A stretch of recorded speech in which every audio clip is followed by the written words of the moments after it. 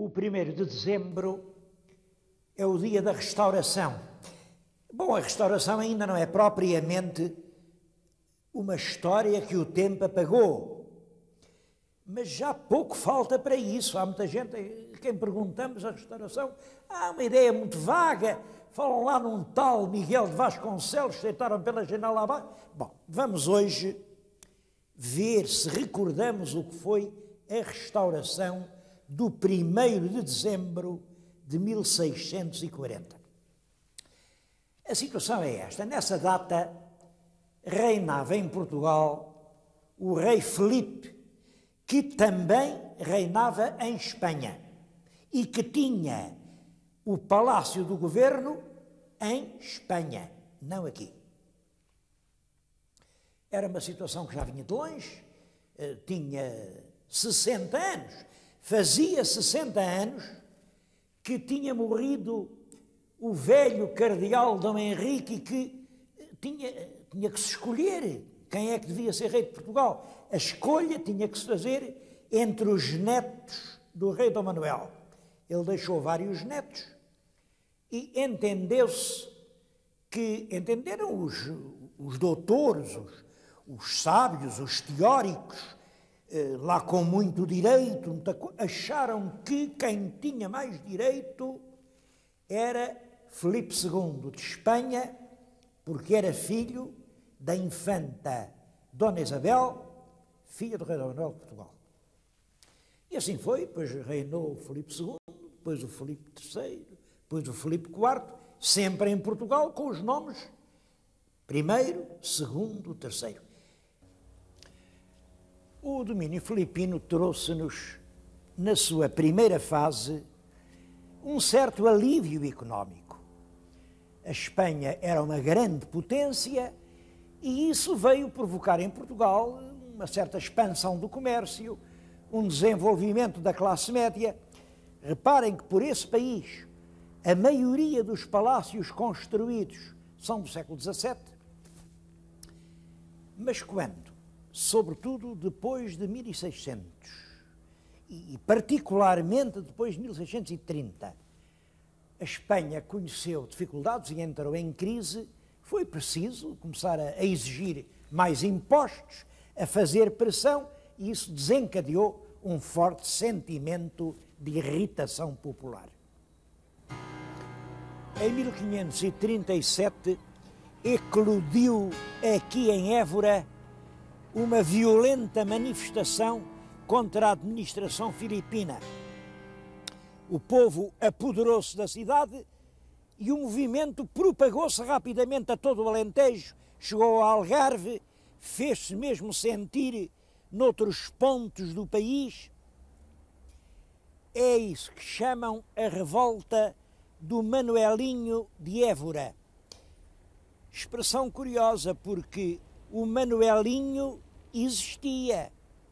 Era um inocente, um tonto que não dizia coisas com coisa. Ele arrastava-se aí pelas ruas e ninguém lhe podia fazer mal.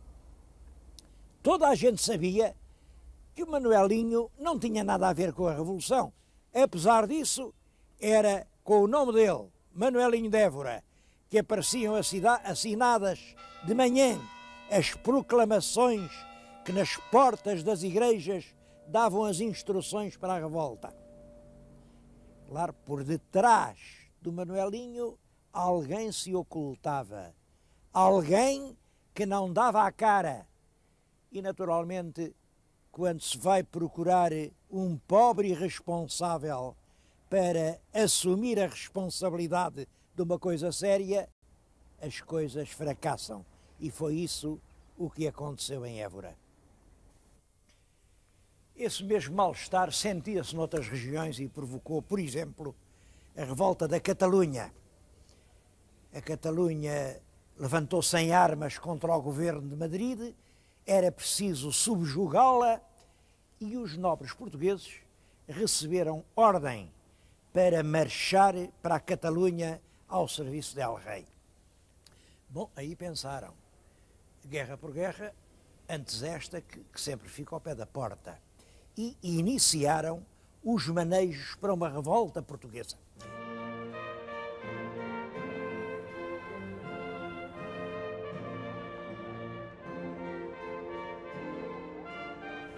A imagem deste palácio é familiar, pelo menos a todos os lisboetas.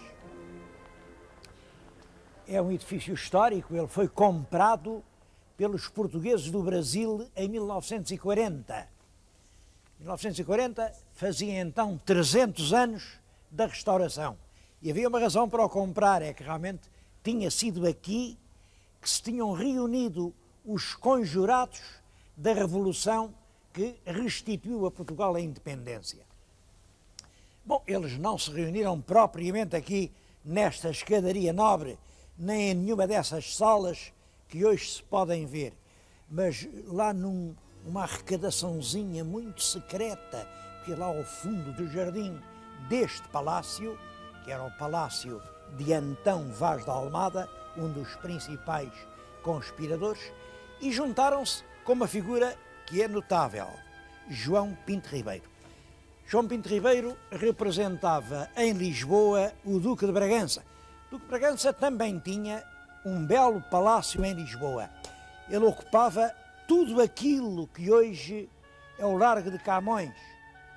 O terremoto destruiu completamente. Hoje, tudo o que existe desse grande palácio é um arco metido no interior de uma farmácia. Mesmo assim, é um testemunho importante.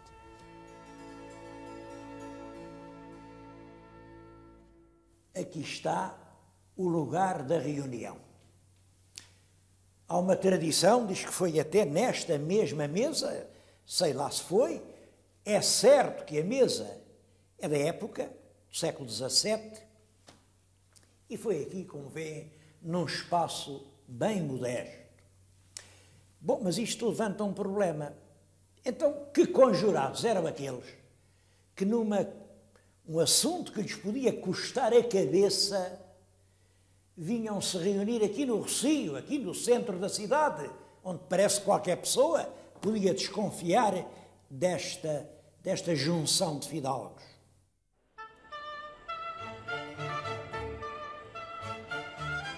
Há sempre uma explicação para as coisas, o que é preciso é procurá-la. Um dos lugares mais concorridos de Lisboa eram nessa altura as portas de Santo Antão. Hoje ninguém sabe onde eram as portas de Santo Antão. Hoje, portas de Santo Antão é nome de rua. Bom, mas as portas de Santo Antão acabam de aparecer. As obras que a Sociedade Histórica da Independência de Portugal fez na sua sede, trouxeram-nas outra vez. É isto que estão a ver. Este arco gótico é uma das famosas portas de Santo Antão. Era por aqui que se entrava e se saía em Lisboa, concretamente. Era a entrada para o Rossio. Ninguém se espantava por ver uma pessoa passar aqui pelas portas de Santo Antão. Mas podia haver outra razão. O jardim do palácio ficava encostado à muralha fernandina. Isto que estão a ver é a própria muralha medieval. Era aqui que Lisboa acabava. Rente à muralha vinha uma escadaria que ia diretamente até ao Colégio de Santo Antão, que era o colégio dos padres da Companhia de Jesus. Os conspiradores podiam perfeitamente entrar no colégio com um ar muito religioso, muito respeitável, de quem ia ouvir os seus conselheiros de consciência, descerem a escadinha a correr, meter-se ali, conspirar e depois voltar a sair, porque ninguém desconfiava. Nessa altura, todas as pessoas respeitáveis iam ao Colégio de Santo Antão. Eu não sei se assim foi, mas isso é muito provável, porque sabemos que era por esta escadaria que os conspiradores entravam naquele pequeno pavilhão. E também sabemos que a Companhia de Jesus foi quem acobertou a revolta popular do Manuelinho de Évora e foi quem esteve por detrás da revolta fidalga de 1640 em Lisboa. Por qualquer razão, os jesuítas apoiaram fortemente a restauração portuguesa. Como sabem, o padre António Vieira, o grande orador, foi um dos arquitetos da política externa de Portugal e um dos grandes conselheiros do rei Dom João IV. E em Coimbra havia um professor, o padre Francisco Soares, chamavam-lhe o doutor Exímio, que inventou uma teoria para justificar a revolta portuguesa. Era o Pacto da Sujeição. Dizia ele que entre os reis e os governados há uma espécie de pacto. Qualquer das partes o pode denunciar. O rei pode dizer que já não quer reinar mais, mas os governados também podem dizer que não querem mais aquele rei. E tinha sido isso o que os portugueses tinham feito aos reis filipinos. Não sei que razões houvesse, mas é possível que isso se ligasse com as queixas que os jesuítas tinham dos Filipes no Brasil. O que os conspiradores vinham fazer aqui era preparar um movimento militar que colocasse no trono de Portugal um rei português. Bom, e tinham resolvido que o rei fosse o Duque de Bragança, Dom João. Eu tenho justamente atrás de mim um retrato, um belo retrato de Dom João, Duque de Bragança, que foi aclamado em Lisboa, rei de Portugal, no dia 1º de dezembro de 1640. É essa aclamação que se chama restauração. Os conspiradores que tinham vindo aqui a Vila Viçosa, e eu estou a falar-lhes no Palácio de Vila Viçosa, encontraram o Duque hesitante, reticente. Ele não aceitou imediatamente essa ideia de se pôr à frente de uma conspiração de nobres. E isso foi-lhe levado a mal. Na realidade, o Duque tinha jurado, em termos sagrados, fidelidade a El Rei Filipe, e revoltar-se agora contra ele não podia deixar de ser considerado um crime de alta traição.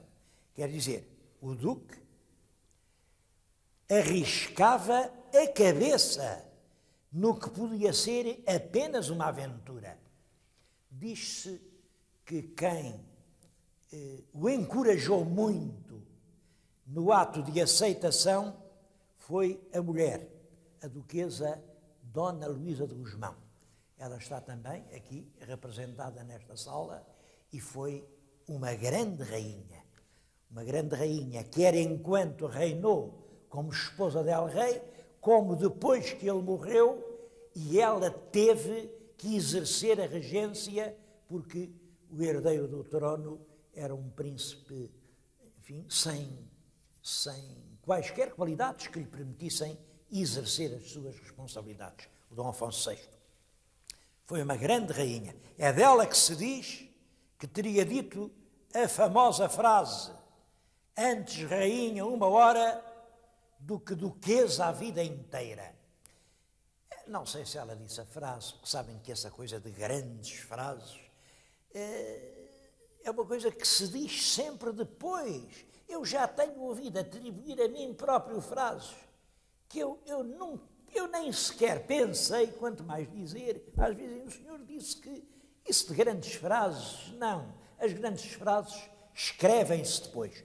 Mas, em todo caso, esta frase, antes rainha uma hora que duquesa a vida inteira, exprime o ânimo corajoso desta mulher que teve um papel preponderante na restauração de Portugal. Os fidalgos combinaram, só entre eles, sem passar a palavra a ninguém, 40 fidalgos, ir ao Terreiro do Paço e fazer 3 coisas. Primeiro, dominar a guarda dos tudescos. Os tudescos eram guardas alemães. Havia lá 20 ou 30 guerreiros profissionais alemães, alabardeiros, que era quem estabelecia a segurança no palácio. E o projeto aí era simples. Um fidalgo devia correr, dava um grande encontrão nas alabardas, as alabardas caíam umas por cima das outras.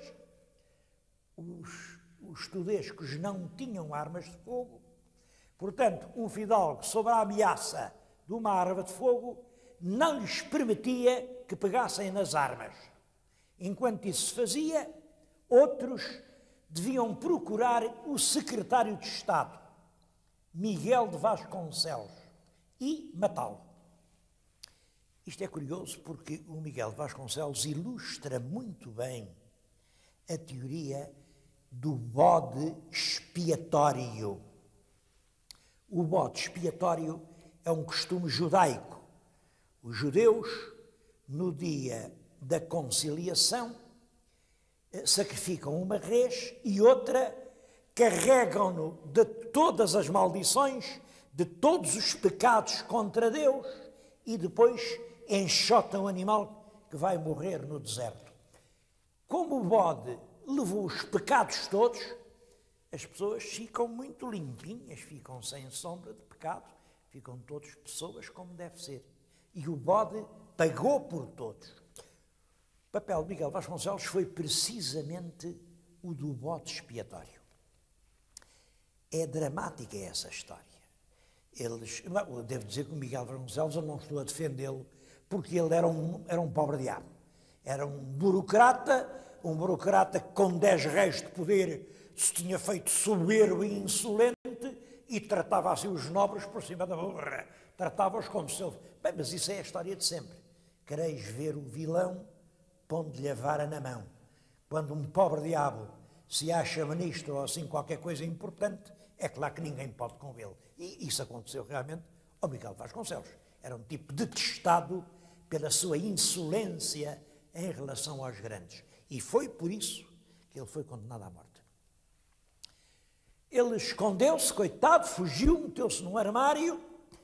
Esse armário também passou à história, mas deram lá com ele, deram-lhe uns tiros e atiraram-no ainda vivo de uma janela do terreão do Terreiro do Paço, atiraram-no cá para baixo, na esperança de que o povo que entretanto se tinha acumulado ali viesse a correr e fizesse o que era costume. Cada um roubava, despedaçava. Também costumavam passar um baraço à volta dos cadáveres e arrastá-lo por essas ruas de Lisboa, até que por fim os cães comiam os últimos despojos.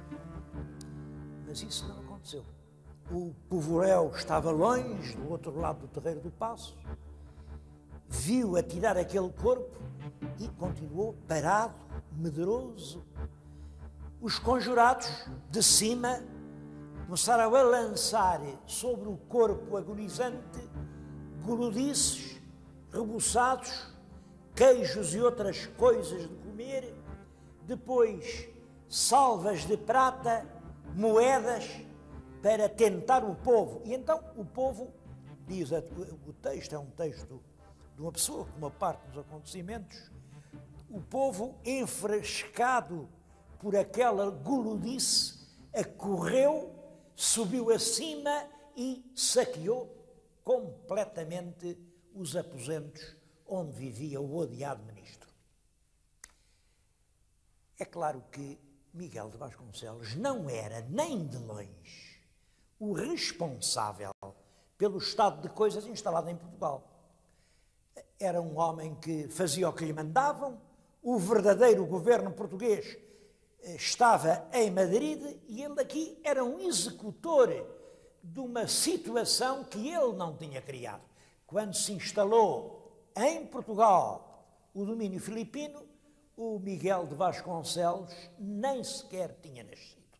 Mas foi ele que ficou o bode expiatório, o responsável, o único vilão da peça, o traidor, o mau português, foi ele. Na história há muitas situações dessas. As grandes culpas coletivas encontram sempre alguém em quem carregar as responsabilidades, de maneira a inocentar toda a gente. O golpe do Terreiro de Paço foi secundado com o maior entusiasmo em Coimbra, no Porto, em todas as povoações portuguesas, no Brasil, na Índia, na África. Houve só um lugar onde preferiram a obediência ao rei Filipe. Foi em Ceuta, o que não admira. Como sabem, Ceuta depende inteiramente do abastecimento que vem de Espanha. E, portanto, esses tiveram que optar pela solução filipina. Todas as outras possessões portuguesas espalhadas pelo mundo aclamaram com o maior entusiasmo El Rei Dom João IV, o antigo duque, era agora rei. Devo dizer que ele mostrou-se um homem inteiramente à altura das circunstâncias. Os conjurados de Lisboa, no próprio dia 1º de dezembro, estavam muito contentes ao memorialista que diz: eu estava lá e vi quando aquilo começou, o relógio marcava 9 horas e quando aquilo acabou, marcava 9 1/4. Bastou um quarto de hora para tirar um rei e pôr o outro. Ele enganava-se, porque a esse dia, a esse momento do Terreiro de Paço, seguiu-se um esforço que só vai terminar no ano de 1668. São 28 anos de uma guerra difícil, em que toda a população portuguesa, de uma forma que hoje impressiona-me, como foi possível um povo tão pequeno, com tão poucos recursos, aguentar as sucessivas intervenções militares espanholas, e a Espanha, apesar de todos os reveses que já tinha sofrido na Europa, continuava a ser uma grande potência militar. Bom, foram esses 28 anos que permitiram a independência portuguesa e que permitiram que Portugal continuasse a figurar no quadro das nações independentes. É claro que tudo tem o seu preço. Essa guerra prolongada de 28 anos veio prejudicar gravemente o grande sentimento de solidariedade que até aí tinha havido entre portugueses e espanhóis. Esta ideia que hoje se diz de Espanha, nem bom vento, nem bom casamento, tudo isso vem com essa guerra, que foi realmente uma guerra cruel, uma guerra sem quartel. É nessa altura, acaba, por exemplo, o bilinguismo. Sabem que no tempo do Camões, qualquer homem de letras dominava praticamente com a mesma facilidade o português e o castelhano. A partir de 1640, a língua castelhana é totalmente banida pelos literatos portugueses.